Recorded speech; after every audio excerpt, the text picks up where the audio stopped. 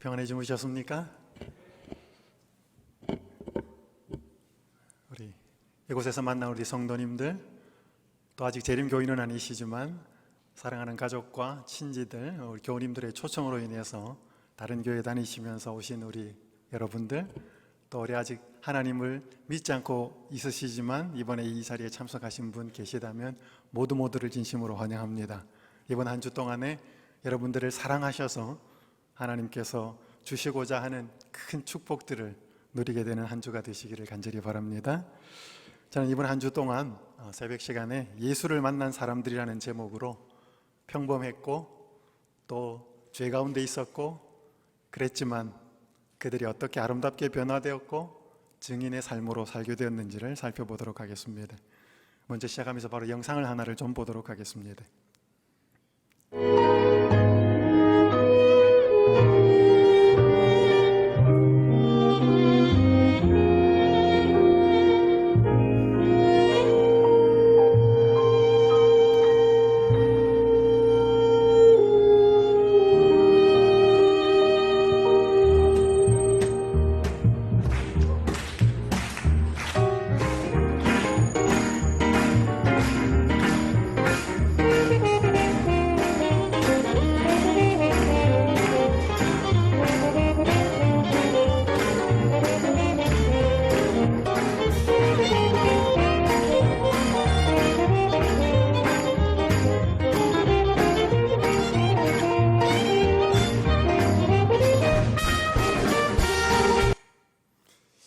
이 연주회는 저희가 흔히 그렇게 보는 연주회는 아닙니다. 아주 특별한 연주회였습니다.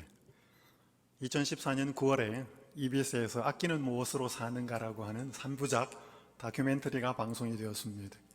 그 일부의 제목이 악기들의 무덤이라고 하는 제목인데, 이 다큐멘터리가 시작하면서 시작과 함께 강원도 한 산골에 한 건물이 나옵니다. 창고 같은 곳이 나오는데 그 안으로 들어가 보니까 망가져서 쓸모없게 된 악기들을 가득 모아놓은 창고가 등장합니다. 200년 동안 사람들의 사랑을 받았던 바이올린도 있고요, 존재만으로 그 아우라를 뽐내던 그랜드 피아노도 망가진 채로 먼지를 뽀얗게 맞으면서 그렇게 이리저리 놓여 있었습니다. 바로 여기에 악기를 복원하는 능력을 가진 대한민국 최대의 장인 6명이 찾아옵니다. 그러면서 오랜 시간 이 장소에 머무르면서 그들의 손에서 6개의 악기가 새롭게 탄생합니다. 그 중에 하나가 피아노였고, 바이올린, 컨트라베이스, 호른, 전기기타, 앰프, 이 6명의 최고의 장인이 먼지 맡고 있고 망가져 있는 악기들을 하나하나 수리하고 고쳐서, 여러분이 조금 전에 보셨던 짧은 그 음악회 영상은 이들의 손에서 새롭게 탄생한 악기들로 진행된 연주회였습니다. 망가져서 더 이상 쓸모없게 된 악기들이 누구를 만났을 때, 그 분야의 악기를 복원하는 그 분야의 최고의 장인들을 만났을 때 그들이 새로운 악기로 탄생되었습니다. 예수 그리스도는 망가진 우리의 몸과 마음을 회복시킬 수 있는 최고의 장인입니다. 오늘 우리가 예수 그리스도를 만날 때 이 새롭게 태어난 악기보다 더 아름다운 음성과 삶의 모습을 낼 수가 있습니다. 저는 이 한 주 동안에 죄인이, 또 평범한 사람이 그 예수 그리스도를 만나서 인생을 새롭게 회복시키는 최고의 장인이신 예수 그리스도를 만나서 어떻게 새롭게 탄생되었고 그들이 어떻게 입술과 삶으로 증인의 삶을 살았는지를 살펴보도록 하겠습니다. 오늘은 물동이를 버려두고라고 하는 요한복음 4장에 있는 말씀으로 하나님의 말씀을 대언하겠습니다. 성경 요한복음 4장 28절에서 30절은 이렇게 말씀합니다. 여자가 물동이를 버려두고 동네로 들어가서 사람들에게 이르되 내가 행한 모든 일을 내게 말한 사람을 와서 보라, 이는 그리스도가 아니냐 하니 그들이 동네에서 나와 예수께로 오더라. 지미 카트 대통령이 어린 시절에 아버지와 함께 새 사냥을 나갔습니다. 그러니까 이 총도 쏠 줄도 모르고 아버지한테 이제 배운 어떤 그것들로 인해서 아버지와 떨어져서 이렇게 새를 사냥을 하는데, 새가 이렇게 훅 올라갈 때 어떻게 총알을 한 발을 쏘았는데 새 한 마리가 우연히 맞고 떨어졌어요. 그러니까 너무 기쁘고 처음으로 사냥을 해본 거기 때문에 흥분이 되어서 얼른 새를 주워서 아버지께로 달려갔습니다. 아버지의 칭찬이 쏟아졌습니다. 이 지미는 너무 우쭐해서 기분이 좋았습니다. 그리고 나서 잠시 후에 아버지가 묻습니다. 지미야, 너 총 어디 있냐? 돌아보니까 총이 없어요. 그 총이 어디에 있었는가 하면 그 새가 떨어진 장소에 달려가서 너무 흥분해가지고 새만 주워온 것입니다. 사람들이 너무 흥분된 순간을 만나면, 너무 감격되고 기쁜 순간을 만나면 자신이 정작 이전에 뭘 했던 것을 깜빡 잊어버릴 수 있습니다.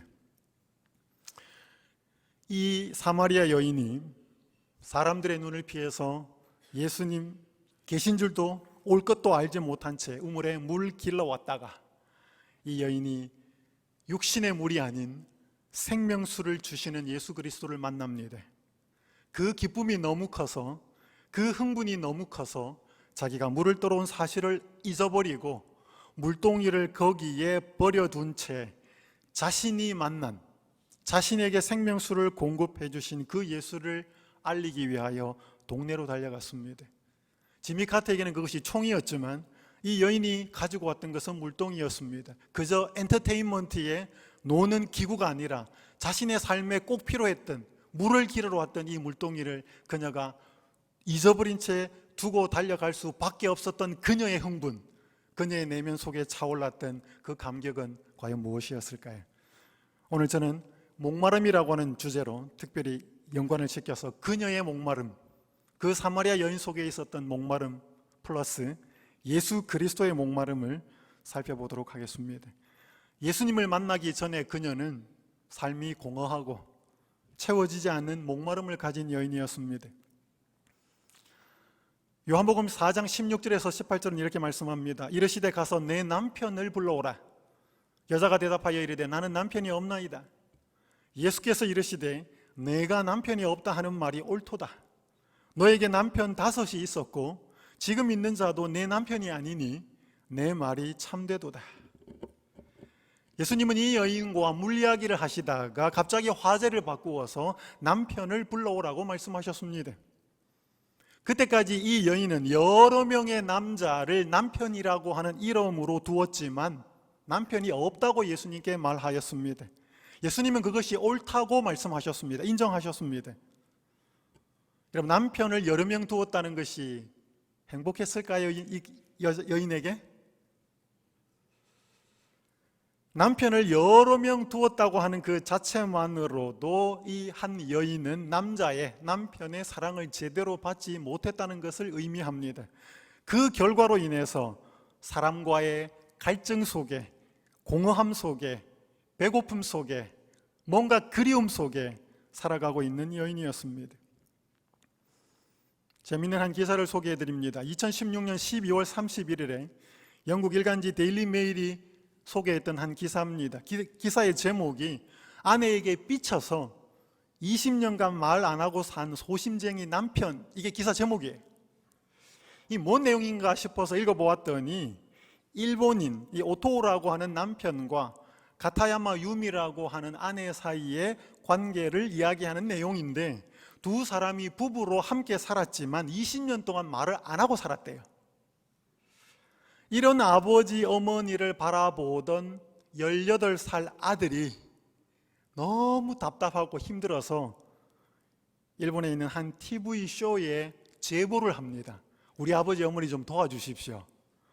그래서 그 TV 프로그램에서 이 두 사람을 불러가지고 두 사람이 연애할 때 처음 만났던 공원으로 데리고 갑니다. 그리고 두 사람을 붙여놔요. 그랬더니 이 두 사람이 막 몸을 비비 꼬면서 어떻게 할 줄을 모르는 것입니다. 너무 어색해서 20년 동안 대화를 안 하고 살았으니까. 나중에 이 사람들이 이제 대화를 합니다. 남편이 먼저 대화를 시작합니다. 그 기자가 물어봐요. 왜 그렇게 되었습니까? 그랬더니 남편이 말하기를 이제 결혼을 하고 나서 아이가 태어나는데 자기 아내가 그동안 자기한테 베풀던 관심을 안 베풀고 안 보여주고 아이들한테만 관심과 사랑을 집중을 하자 질투심이 생겨서 그렇게 말을 안 했다는 것입니다. 몇 년 동안요? 20년 동안. 여러분, 이게 인간의 사랑입니다. 평생을 행복하게 해줄 것 같고 끝이 없을 것 같던 영원한 남녀 간의 사랑도 뭔가 마음속에 섭섭함이 생기고 원하는 바가 이루어지지 않으면 이기적인 모습으로, 자기만 생각하는 모습으로 변하는 것이 인간의 사랑인 것입니다. 아마 그 여인이 여러 명의 남편을 거치면서 어떤 이기적인 남편을 만났는지는 잘 모릅니다. 자기 마음대로 살고 자기 마음대로 행동하는 모습들 속에 서로가 그렇게 살면서 상처를 받았을 것입니다. 여기 조정민 목사가 쓴 인생은 선물이다라고 하는 책에 보면 이런 말이 기록되어 있습니다. 사람의 사랑으로는 부족합니다. 사람의 사랑만으로는 목마릅니다. 사람 안에는 사람의 사랑으로 채워지지 않는 부분이 있습니다. 온 마음은 하나님만이 채울 수 있습니다. 여러분, 사람의 사랑만으로는 부족합니다. 때때로 남편의 사랑, 때때로 아내의 사랑, 자녀의 사랑, 친구 우정, 교우님들의 사랑이 저희들을 기쁘게 합니다. 마음을 채우기도 합니다. 그러나 좀 좋은 상황이 바뀌고 뭔가 마음에 서운함이 생길 때 인간은 여전히 끝까지 사랑할 수 없는 이기적인 존재라고 하는 사실을 저희 자신이 알고 상대방의 모습을 통해서도 알고 있는 것입니다. 그래서 오늘 저희들이 목말라 해야 할 것은 사람의 사랑이기도 하지만 그 너머의 사랑을 우리는 목말라 해야 합니다. 이 사마리아 여인이 공허했던 것은 남편의 사랑을 제대로 받지 못했기 때문이기도 했습니다. 그러나 그녀의 내면의 근원으로부터 남편의 사랑을 받았을지라도 채워지지 않는 목마름이 그녀에게는 있었습니다. 예수님은 그것을 보셨습니다. 오늘 우리 모두에게 이런 사랑이 인정되어야 하고 이런 사랑이 있어야 하는 존재인 것을 이 시간 한번 꼭 깨닫고 이런 사랑에 갈급하는, 이 하나님의 사랑에 목말라하는 여러분과 제가 되었으면 좋겠습니다. 저는 제 인생에 참 목마른 때가 여러 번 있었습니다. 제가 청년 때 한번 엄청난 목마름이 있었습니다. 훈련소를 갔는데 제7일 안식일 예수 재림교인이라고 안식일에 대해서 고백을 했습니다. 상관도 만나고 이렇게 신앙에 대해서 도움을 요청했습니다. 그러나 허락을 받지를 못했습니다. 또한 안식일에 중대장을 찾아가서 신앙을 고백하고 안식일에 대해서 도움을 요청했습니다. 그랬더니 이 뚜껑이 열린 중대장이 화가 나서 단독군장, 그러니까 이 다 뒤에 든 거는 아니고 총 하나 들고 쓰고 내 명령이 떨어질 때까지 연병장을 돌라는 것입니다. 그때가 7월 달이었습니다. 너무너무 덥고 뜨거운 그 상황에서 연병장을 혼자 도는데 땀은 뭐 비 오듯이 쏟아졌습니다. 너무 목이 말랐습니다. 이럴 줄 알았으면 수통에 물이라도 채워올 걸. 뒤에 있는 수통은 빈 딸랑딸랑 소리만 나오고 그렇게 목이 마른 채로 있었습니다. 그러나 제게 더 목말랐던 것은 이 입의 목마름이 아니라 하나님이 왜 내 기도를 들어주지 않으셨을까? 그 사람의 마음, 그 중대장의 마음, 그 상관들의 마음을 조금만 돌려주시면 오늘 그렇게 신앙을 성경을 보든지 어떻게 하라든지 왜 그렇게 마음을 돌려주지 않으셨을까? 하나님 내 기도를 안 들으시고 어디에 계셨을까? 그 목마름이 더 컸습니다. 그러나 현실적인 문제는 이 입의 목마름이었기 때문에 저도 모르게 혼자서 연병장을 도는데 입에서 찬미가 나오기 시작했습니다. 주여 어린 사슴이 목이 가라요. 저도 그 찬미가 왜 나왔는지를 몰라요. 그냥 목이 말랐기 때문에 제게 나온 그 찬미였습니다. 그 찬미를 부르고 있는데 저쪽에서 저와 똑같은 신분의 훈련병 하나가 수통에 물을 채워서 쫓아와요. 그러면서 제 빈 수통하고 빨리 바꾸자는 것입니다. 그냥 바꿨어요. 그쪽으로 가고 누군지도 모릅니다. 그래서 마시고 뒤집어 쓰고 근데 수통에 그 생각보다 물이 많이 안 들어가더라고요. 금방 다 없어졌어요. 그랬더니 그러고 나서는 두 번째로 제가 의도적으로 노래를 또 불렀습니다. 주여린, 저 노래도 잘 못합니다. 그랬더니 두 번 또 그 찬미를 부르는데 또 다른 쪽에서 한 친구가 수통에 물을 들고 와요.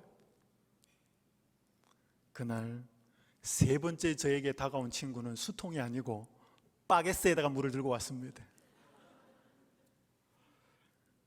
세 번째는 저는 그 물을 마실 수가 없었습니다. 하나님이 이 연병장을 내가 혼자 돌고 있을 때 저는 혼자라고 생각했습니다. 근데 그 하나님이 부르지도 잘 못하는 그 찬미 소리를 듣고 이름 모를 그 훈련병들을 통해서 물을 저에게 공급해 주셨습니다. 그때의 그 물은 단지 저의 이 입술과 육신의 목마름을 채운 물만이 아니라 제 삶 속에 영혼의 목마름을 채운 하나님의 사랑의 물이었습니다. 내가 너의 목마름을 안다. 내가 비록 너가 지금 안식일에 혼자 성경 보고 예배드리게 해주지는 못할지라도 내가 너의 목마름을 알고 있고 너가 땀 흘리며 연병장을 돌고 있는 것을 내가 알고 있다. 하나님께서는 그날 저에게 육신의 목마름 이상의 물을 공급해 주심으로 저의 인생에 하나님이 함께 계시고 그분이 주실 수 있는 생명수가 어떤 것인지를 조금 맛보게 해주신 특별한 날이었습니다. 오늘 우리 모두가 여러분 삶 속에 있는 인생의 목마름 원하는 대로 다 채워지지 않을지라도 하나님께서 여러분의 목마름과 갈증을 알고 계신다는 사실을 기억하시기 바랍니다. 왜냐하면 우리 예수님이 이 땅에 계실 때 그분이 친히 목말라 보셨기 때문에 그랬습니다. 십자가 위에서 그분의 한 고백은 내가 목마르다. 그분이 육신이 목마름이 인간 영혼에 필요한 목마름이 그분은 무엇인지 알고 계셨기 때문에 그렇습니다.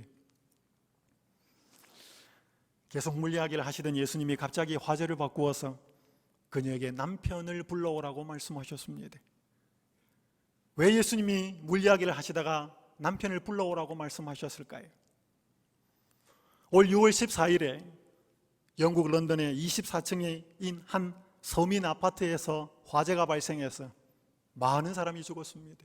지금까지도 환자들은 병원에 입원해 있고 알려진 숫자만으로는 80명이 넘는 사람이 죽었어요. 많은 사람이 죽고 많은 사람이 다쳤는데 제가 이 사건의 기사를 읽으면서 가장 마음이 아팠던 것은 자식들이 화재로 연기로 죽어가는 것을 보다 못한 어머니 아버지들이 혹시나 하는 마음으로 자식들을 살리기 위해서 창문을 넘어서 자식들을 바깥으로 집어 던졌다는 것입니다. 어차피 죽으니까 바깥으로 던졌을 때 누가 혹시 밑에서라도 받아줄 수 있으면 살 수 있지 않을까라고 하는 혹시나 하는 마음으로 자식들을 집어 던졌다라고 하는 그 자식들이 위에서 떨어지는 것을 목격한 그 기사의 내용이 적혀 있었습니다. 너무나 가슴이 아팠습니다. 이 사람들이 이 불이 온통 화재, 이 불과 연기로 갇혀있는 이 건물 속에 있으면서 자기들을 구조하러 올 소방대원들, 구조대원을 얼마나 기다렸을까요? 그런데 만약 사람이 불이 난 고층이 아니고 그냥 평범한 건물 안에 사람이 들어와 있는데 구조대원들이 헐레벌떡 뛰어오면서 유리창을 깨고 급하게 들어오면서 당신들을 구조하고 데리러 왔다고 그렇게 말을 한다면 여러분, 사람들이 그 구조대원이 고맙겠습니까? 당신 왜 이렇습니까? 왜 오셨습니까? 말할 것입니다. 예수님께서 물리하기를 하시다가 갑자기 사마리아 여인에게 남편을 불러오라고 한 것은 그 남편 이야기가 나올 때면 그녀는 한없이 초라해질 수밖에 없는 그녀에게 약점이었습니다. 그녀의 마음속에 그 대상만 생각하고 남자 이야기만 생각하면 자신의 모습을 떠올릴 수밖에 없게 하는 자기의 형편을 보여주는 그러한 모습들, 그러한 상황들이었습니다. 예수님이 주시는 생명수를 우리가 누리기 전에 진정으로 우리 자신의 모습이 어떠한 모습인지를 우리는 깨닫지 못하면 그분이 주시는 생명수를 갈급해 하지도 않고 주시는 생명수도 마시지 못합니다. 예수님께서 공연히 그 사람의 치부와 약점을 드러내는 것이 아니라 오늘 우리가 어떠한 존재인 것을 예수님은 먼저 깨닫기를 원하시는 것입니다. 오늘 우리가 여기 보시면 듣고 있던 여자는 떨었다 그랬습니다. 왜냐하면 자신의 마지막 때의 심판의 광경이 생각났기 때문에 신비한 손이 그 여자가 살아온 역사의 페이지들을 넘기면서 그 여자가 영원히 숨겨두기를 바라던 사실을 눈앞에 전개시키고 있었다 그랬습니다. 오늘 여러분과 저에게도 숨기고 싶은 약점이 있습니다. 오늘 예수님께서 오늘 우리가 분노하여서 용서하지 못하고 있는 한 대상의 그 이름을 떠올리면서 너 그 교인 데리고 나한테 한번 와봐라. 오늘 우리가 뭔가 마음속의 부담과 우리의 모습, 초라한 모습, 내가 그 존재만 생각하면 여전히 죄인일 수밖에 없는 오늘 그 한 대상을 떠올리면서 오늘 나에게 그 사람을 한번 데려와 봐라. 예수님이 그렇게 말씀하실 수 있습니다. 오늘 내가 비즈니스를 하면서 회계장부에 깨끗하고 정직하게 기록하지 못하는, 뭔가 세금을 좀 유익을 위해서 그렇게 하고 있는 그 여러분이 쓰고 있는, 당신들이 갖고 있는 그 회계장부, 비즈니스 세금명 그 보고서 한번 가지고 와봐라. 오늘 예수님이 우리에게 그렇게 말씀하실지 모릅니다. 오늘 이 노트북을 가지고 뭔가 은밀하고도 내 쾌락을 즐기면서 다운을 받아서 보고 즐기고 있는 쾌락적인 어떤 요소들, 그걸 예수님께서 말씀하시면서 너가 지금까지 받았던, 다운받았던 노트북 한번 가지고 와봐라. 예수님께서 그렇게 말씀하실 수 있습니다. 오늘 우리는 내 마음속에 숨기고 싶은, 예수님 앞에 드러내놓고 싶지 않은 치부가 있습니다. 오늘 예수님께서는 오늘 우리에게 그 부분을 가지고 그 부분을 바라보며 내 자신의 모습이 어떤 모습인지를 보라고 말씀하십니다. 오늘 우리가 그 상황과 그 사람과 그 정황을 통해서 내 자신이 어떤 존재인지를 예수님은 먼저 바라보기를 원하시는 것이죠. 그러나 중요한 것이 있습니다. 예수께서는 당신이 그 여자의 생애의 비밀을 통찰하셨다는 것을 그녀에게 확신시키셨다. 이 여자는 더 이상 이제 벗어날 수 없는 상황이죠. 여러분 여기 빨간 글자 같이 읽겠습니다. 시작.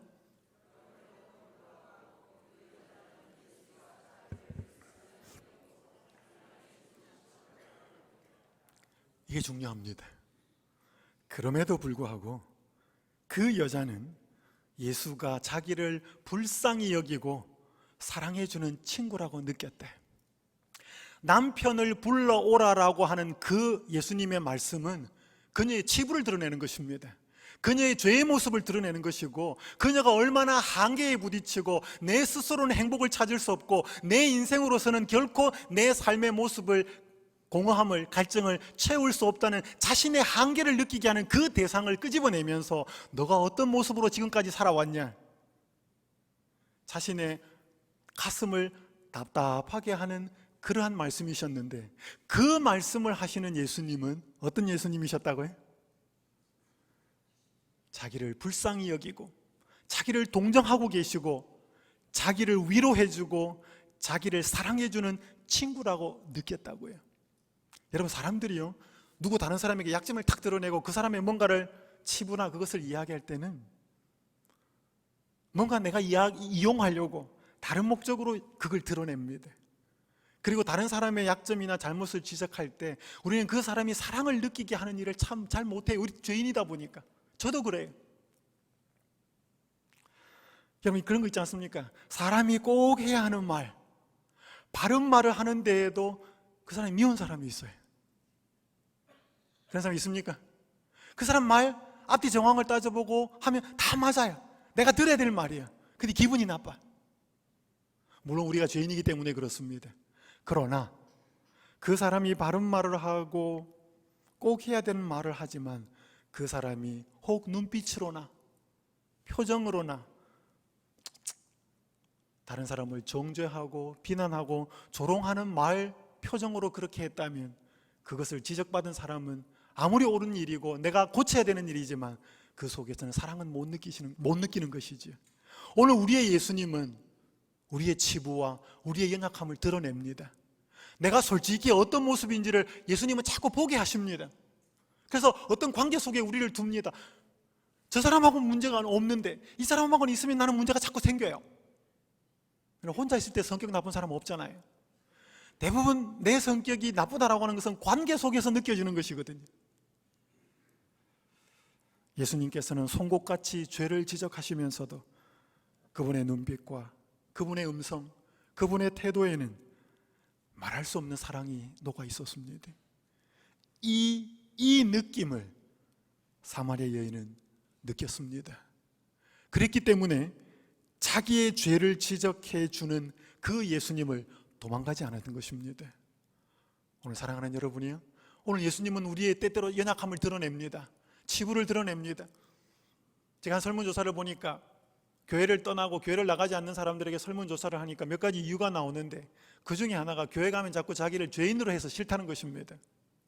여러분, 성경은요, 하나님은, 예수님은 우리를 없는 죄인을 만드는 것이 아니라 우리가 보지 못하는 것, 우리가 하나님의 눈으로 깨닫지 못하는 우리 자신의 모습을 보여주시면서 죄인이라고 하는 사실을 알게 하신 후에 그 죄인으로부터, 그 죄로부터 구원해 주시는 그 생명수를 보여주시기 위해서 먼저 우리의 연약한 상태를 보여주시는 것입니다. 그 24층의 빌딩의 그 사람들이 자기의 형편이 얼마나 구조가 필요한 사람이라고 느꼈겠습니까? 그 사람들에게 득달같이 구조대원이 달려온다면, 그래서 도움의 손길을 편다면 얼마나 고마워하겠습니까? 그런데 멀쩡한 건물에 들어가 있는데 구조대원이 달려온다면 당신 왜 왔어요? 라고 말하지 않겠습니까? 오늘 우리에게 정말로 예수가 내어미는 손길이 절박하고 간절하지 않다면 우리는 우리 자신의 형편을 잘 모르는 것입니다. 필립 얀시가 이런 말을 했습니다. 하나님의 사랑은 값없이 아무 조건 없이 온다. 내가 아무리 잘난 짓을 해도 하나님의 사랑은 커지지 않는데, 내가 아무리 못난 짓을 해도 하나님의 사랑은 작아지지 않는데, 하나님은 그냥 나를 사랑하신대. 여러분, 자식이 예쁜 짓 하면 더 사랑스러우십니까? 자식이 못난 짓 하면 그 사랑이 줄어듭니까? 어떤 부모님 그럴 수 있습니다. 그러나 대부분의 부모님이라면, 정상적인 부모라면 그 자식이 못난 짓을 할 때마다 그 가슴은 더 아픈 것이지요. 그 사랑이 더 불붙듯 커지는 것이지요. 오늘 우리가 어떠하기 때문에 하나님이 우리를 사랑하시는 것이 아니라, 오늘 우리가, 여러분, 사랑은, 우리는 누구를 사랑하면 그 사람이 뭐 때문에 우리는 자꾸 이유가 있습니다. 오늘 하나님이 우리를 사랑하시는 사랑은 그냥 사랑하십니다. 그분이 그러하신 분이기 때문에 사랑하시는 것이죠. 여러분, 우리는 이런 하나님을 만날 때 사람은 변화됩니다. 올해 한국에 계신 한 분으로부터 이런 카톡 문자를 받았습니다. 목사님, 말씀을 드리자면 너무 힘들고 어려운 많은 일들이 저에게 있었습니다.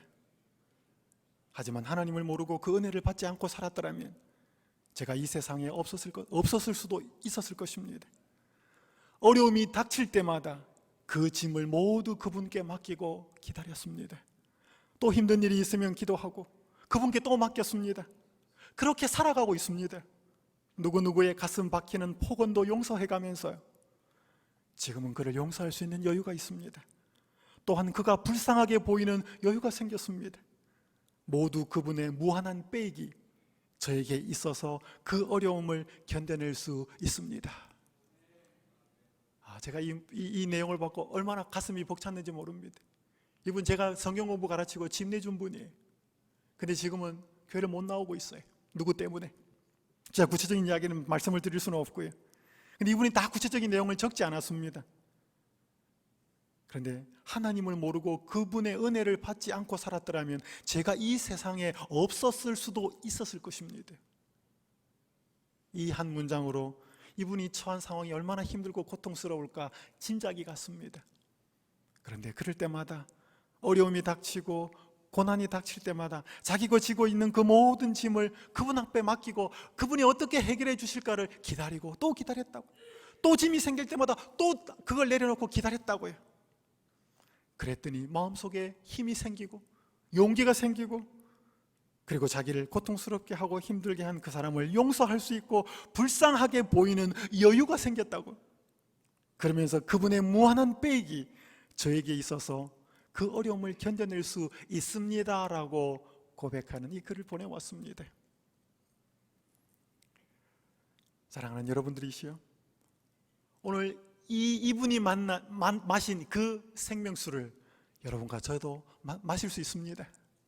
오늘 여러분이 어떤 인생의 무거운 짐을 지고 이 중동부 야영에 오셨는지는 모르겠지만 여러분이 그 무거운 짐이 생각나고 어려운 짐이 떠오를 때마다 그 짐을, 이 사마리아 여인을 이렇게 대하셨고 친구로 대하셨고 사랑으로 대하셨던 그 예수님이 변하지 않고 우리들의 구주인 것을 기억하시고 친구인 것을 기억하시고 그 예수님 앞에 여러분의 무거운 짐을 내려놓을 수 있게 되기를 간절히 바랍니다. 그런데 오늘 저희가 좀 주목해야 될 것은 그 여인의 목마름을 넘어서 바로 그 장소에 다른 목마름을 가지고 계셨던 예수님이 계셨다는 것입니다. 오늘 우리가 좀 기억해야 될 것은 예수님의 목마름입니다. 요한복음 4장 31절에서 34절은 이렇게 말씀합니다. 그 사이에 제자들이 청하여 이르되 라비여 잡수소서. 이르시되 내게는 너희가 알지 못하는 먹을 양식이 있느니라. 제자들이 서로 말하되 누가 잡수실 것을 갖다 드렸는가 하니 예수께서 이르시되 나의 양식은 나를 보내신 이의 뜻을 행하며 그의 일을 온전히 이루는 이것이니라. 예수님이 우물가에서 그 여인을 만나고 계시는 동안 제자들은 먹을 것을 사러 갔습니다. 제자들이 음식을 구해왔을 때 예수님은 전혀 시장하거나 피곤해 보이지 않았습니다. 오히려 활력이 넘쳐 보였습니다. 제자들이 먹을 것을 권했을 때 예수님은 제자들이 다소 이해하기 어려운 말씀을 하십니다. 나는 너희들이 알지 못하는 먹을 양식이 있다. 제자들은 누가 먹을 것을 갖다 주었는가? 그렇게 생각할 때 예수님은 자신의 양식이 무엇인지를 말씀합니다. 나의 양식은 나를 보내신 이의 뜻을 행하며 그의 일을 온전히 이루는 이것이니라. 이 말씀을 시대소망은 이렇게 이야기합니다. 예수께서는 그 여인에게 하신 당신의 말씀이 그 여자의 양심을 깨우쳤을 때 기뻐하셨다. 예수께서는 그 여자가 생명수를 마시는 것을 보셨다. 그리하여 그분의 주림과 갈증은 채워졌다. 진리를 위해 줄이고 목마른 영혼을 섬기는 것이 그분에게는 먹고 마시는 것보다 더 기쁜 일이었다. 예수께는 그것이 안위와 원기 회복의 요소였다. 여러분, 옛말에 어른들이 보기 좋아하는 것 두 가지가 있다 그랬습니다. 하나는 논에, 자기 논에 가뭄에 물 들어가는 것을 보는 것. 또 하나는요, 자식 입에 음식 들어가는 것을 보는 것. 여러분, 부모는 자기가 안 먹어도 자식이 배부르게 먹는 것을 보면 배불러요? 배불러요. 여러분, 저는 1월 달에 미국에 왔습니다. 제 어머니가 한국에 계신데 제 어머니 전화할 때마다 잘 먹고 있냐? 늘 그거 먹는 거 챙깁니다. 그런데 저는 이 미국에 올 때 제 큰아이를 한국에 두고 왔어요. 이제 대학교를 들어가는 바람에. 저는 늘 저와 제 집 사람의 관심은 제 그 큰아들, 혼자 있는 기숙사에 있는 그 아들이 잘 먹고 있을까? 물론 제가 어머니가 잘 드시는 것도 생각하지만 그건 별로 생각 안 나요.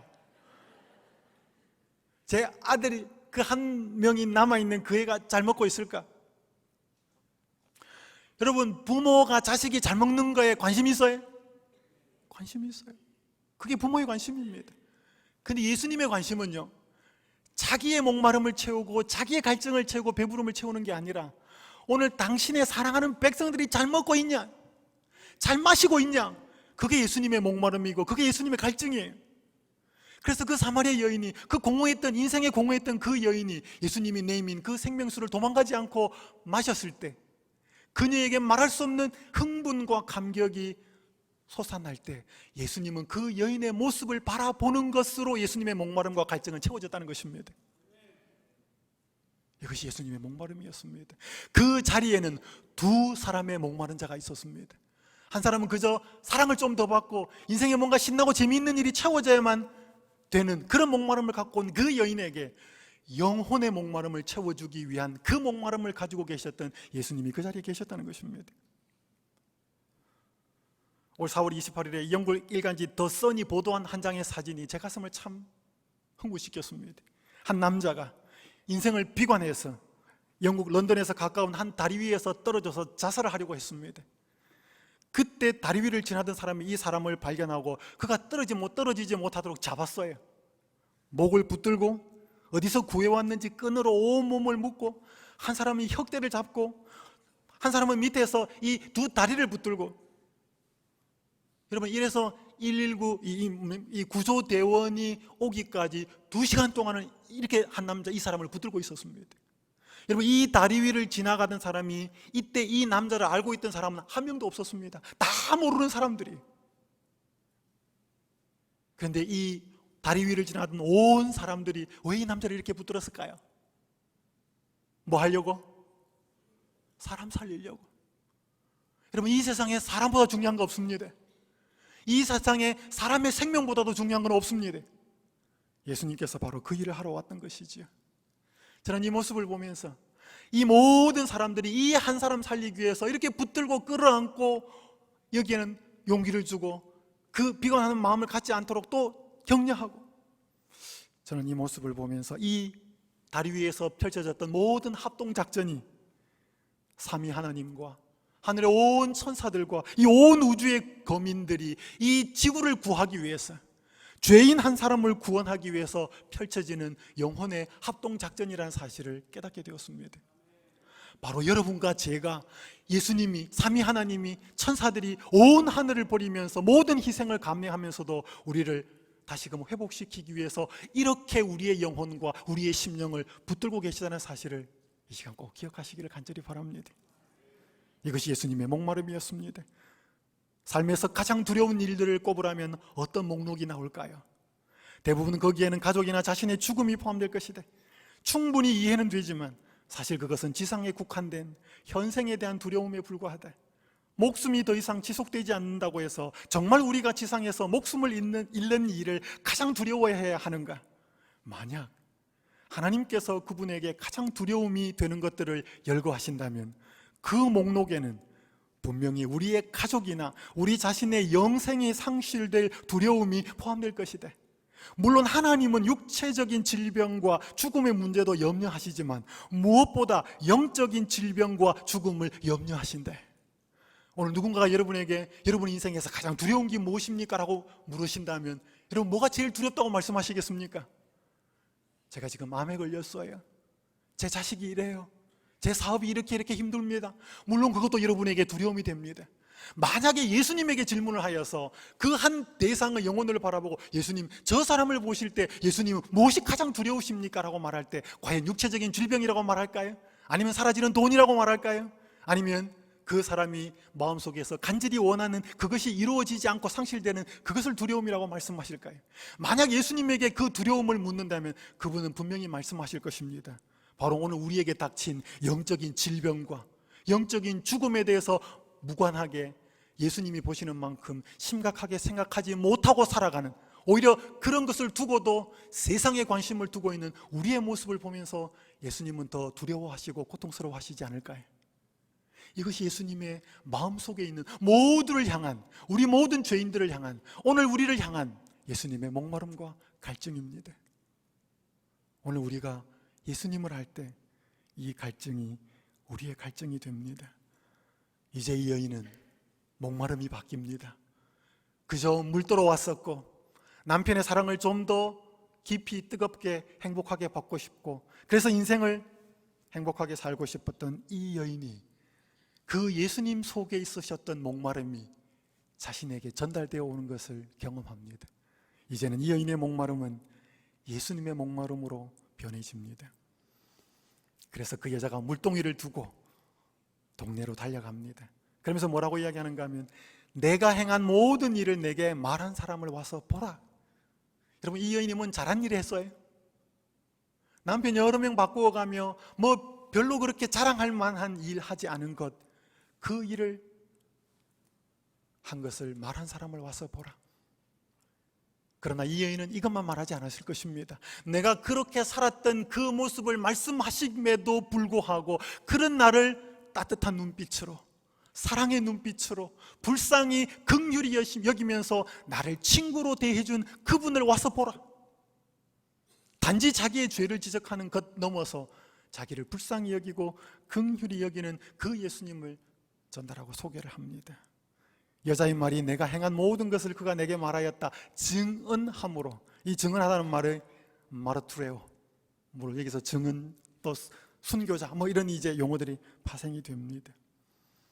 그 동네 중에 많은 사마리아인이 예수를 믿는지라 사마리아인들이 예수께 와서 자기들과 함께 유하시기를 청하니 거기서 이틀을 유하심에 예수의 말씀으로 말미암아 믿는 자가 더욱 많아 그 여자에게 말하되 이제 우리가 믿는 것은 내 말로 인함이 아니니 이는 우리가 친히 듣고 그가 참으로 세상의 구주신 줄 알미니라 하였더라. 이제 이 여인이 증인의 삶으로 바뀌게 됩니다. 저는 제 인생에 참 고마워할 분들이 참 많은데요, 근데 참 마땅히 감사하거나 고맙다고 생각을 잘 안 하고 살았던 한 분이 있습니다. 그분은 한 여집사님이십니다. 이분은 저희 어머니에게 예수 그리스도의 사랑을 알려주신 분입니다. 제 어머니는 장로교회를 처녀 때부터 다니셨습니다. 일요일교회를. 그러다가 믿지 않는 남편인 아버지를 만나서 시집을 와서 사시다가 어떻게 또 다른 교회를 가시게 되었어요. 박태선 씨 혹시 들어보셨죠? 천부교. 저희 어머니가 어떻게 그걸 가시게 되는지 잘 모르겠지만은 또 거기를 열심히 다니셨어요. 근데 저도 따라가 봤어요, 집회를. 제 어릴 때. 근데 성경을 참 잘 가르치다가 이 박태선 씨가 한 번은 자신이 이제 두 감람나무 이제 이야기를 하면서 자신이 예수라고 주장합니다. 이제 저희 어머니는 그때 나오셨어요. 이건 아니다. 그러면서 교회를 안 나가셨어요. 근데 먹고 살기에 바빠서 제 아버지는 일찍 돌아가셨고 어머니는 시장에서 노점에서 장사를 하셨습니다. 3남매를 키우기 위해서. 그때 한 목욕탕 앞에서 노점에서 양말 장사를 하셨는데 그 목욕탕 2층이 사진관이었습니다. 그 사진관이 하시던 분이 우리 재림교회 장로님과 집사님이셨어요. 그러니까 젊은 저희 어머니가 39에 혼자가 되셨습니다. 병원에 저희 어머니가 혼자 되시기 전에 아버지는 병원에 8년 동안 7년 동안 입원해 계시다가 돌아가셨기 때문에 모든 돈들은 다 아버지 병원비로 나갔고 저희 어머니는 저희 3남매를 이제 먹여 살려야 되니까 그렇게 일을 하시다가 힘들고 외롭고, 근데 그 2층에 계시는 그 사진관을 하는 여집사님이 저희 어머니보다 한 15살 정도가 많으신 그 여집사님이 늘 어머니한테 찾아오셨어요. 때때로 먹을 것도 갖다 주시고 때때로 저희 어머니의 마음속의 답답함을 들어주시고 자꾸 오셨어요. 그러면서 그녀가 만난 그 여집사님이 만난 예수님 이야기를 자꾸 해주셨습니다.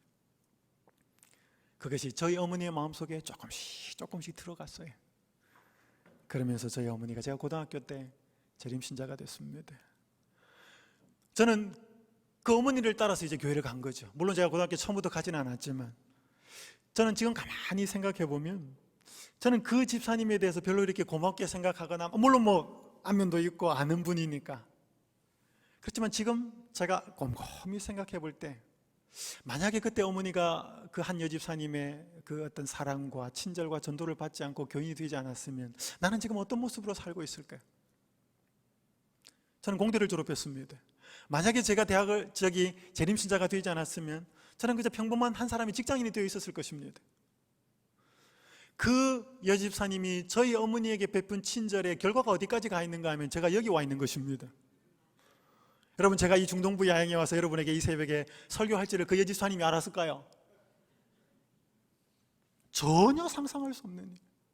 그 여인이 만난 예수 그리스도, 그 여인의 삶을 기쁘게 했던 그 이야기들을 저희 어머니에게 자꾸 설명해 주셨습니다. 저희 어머니가 조금씩 마음이 돌았고 저희 어머니가 하나님을 섬기는 그 선택을 했을 때 물론 저도 같이 따라갔습니다. 그러나 제가 이제 대학을 들어가면서 재림교회를 나왔기 때문에 어머니가 그 전까지 보여주셨던 믿었던 그 신앙이 저에게 그대로 믿겨지진 않았습니다. 그래서 저는 또 집사님과 함께 엄청나게 성경 공부를 열심히 했습니다. 하루에 몇 시간씩 오랜 기간 동안 제가 할 수 있는 모든 질문들을 다 하면서 진리가 무엇이고 이 교회가 어떤 교회고 하나님을 어떻게 설명하고 어떻게 증거하는지 제가 할 수 있는 모든 질문들을 다 하며 고뇌하고 고민하는 시간을 가졌습니다. 그 집사님이 어머니에게 말씀을 전하고 어머니가 저에게 예수님을 소개하고 교회로 초청을 했지만 따라는 갔지만 제가 성경을 공부해 보고 나서 확신하고 그 이후에 저는 재림신자가 되었고 침례를 받았습니다. 사마리아 여인이 무조건 다 설명한다고 해서 사마리아 사람들이 다 예수님을 믿은 게 아니고 그것이 계기가 되고 고리가 되었지만 예수님을 초청하여 말씀을 들었을 때 이제는 당신의 이야기 때문에 우리가 예수님을 믿는 것이 아니고 우리가 직접 그분을 안다. 여러분, 이것이 이제 증거되고 그것이 계속 전달되어서 예수님을 아는 것이 전달되어서 퍼지고 저에게, 여러분에게까지 온 것입니다. 이제 제가 마무리를 드리면서요, 여기 치료봉사 469페이지, 470페이지 이렇게 말씀합니다.